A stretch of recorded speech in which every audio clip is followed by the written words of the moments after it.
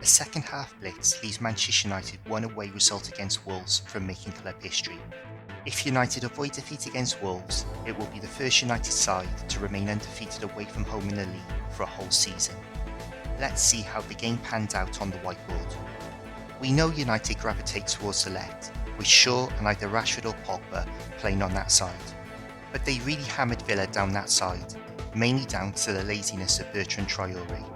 His limp attempt to track Shaw back left Matty Cash to deal with a 2-on-1 overload with Shaw and Pogba, and the position of Pogba in the half space on Cash's blind side stood him up between the two, giving both Shaw and Pogba space.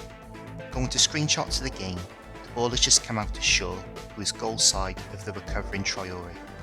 As Shaw carries the ball forward, you can see the predicament Cash is in, with Shaw in front of him with space on the outside, and Pogba on his blind side, making a run in behind him. Villa's platform back into the game was their high press. Villa stepped up the pitch and really got into United's faces, winning the ball back in United's half. But even if Villa failed to turn United over with their high press, it disrupted United's fluency, making it more difficult for United to play through the pitch. Going to screenshots of the game, Maguire is on the ball and we can see the pressure Villa are putting on the ball and prospective passing options.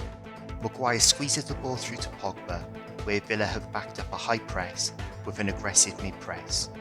Pogba gets the ball in field to Fred, who is swamped by Villa's mid-press and recovering high press, preventing United playing progressively up the field. Fred is forced to play backwards to Maguire, and with no forward passing options, he hits an ambitious cross-field pass to Wan-Bissaka, which goes out of play. The most decisive press was McGinn picking McTominay's pocket, which led to Villa's goal. A tactical tweak United made for the second half was to push McTominay further up the pitch, which forced El Ghazi to track McTominay back. With more of Villa's midfield getting pushed back, this elongated the space between Villa's midfield and attack, isolating Watkins up front. On the transition, Villa were unable to get the support to Watkins, and he was getting dispossessed, and United kept Villa in their own half. Going to screenshots of the game, Pogba has just pulled the ball back, giving the ball away, but we can see the run McTominay has made into the box, and how this has dragged El Ghazi back to track him. The transitional clearance falls to Watkins, and we can see the isolation United's committal of McTominay playing further forward has caused.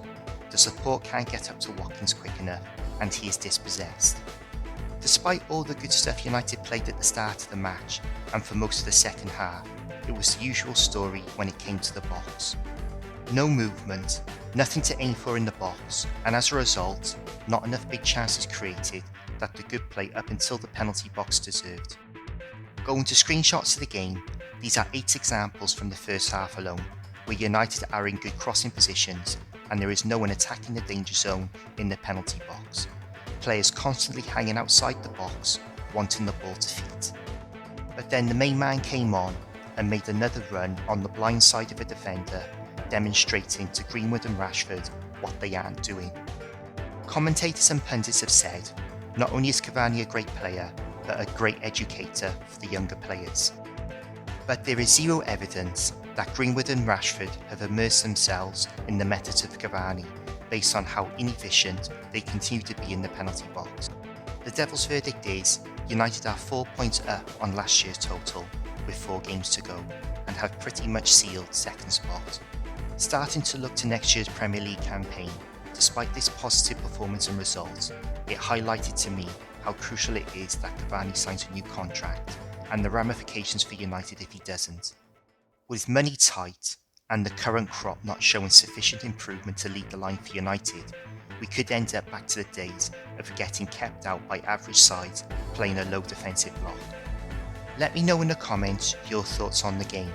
Thank you for watching, and please like, subscribe and share, and I'll see you in the next video.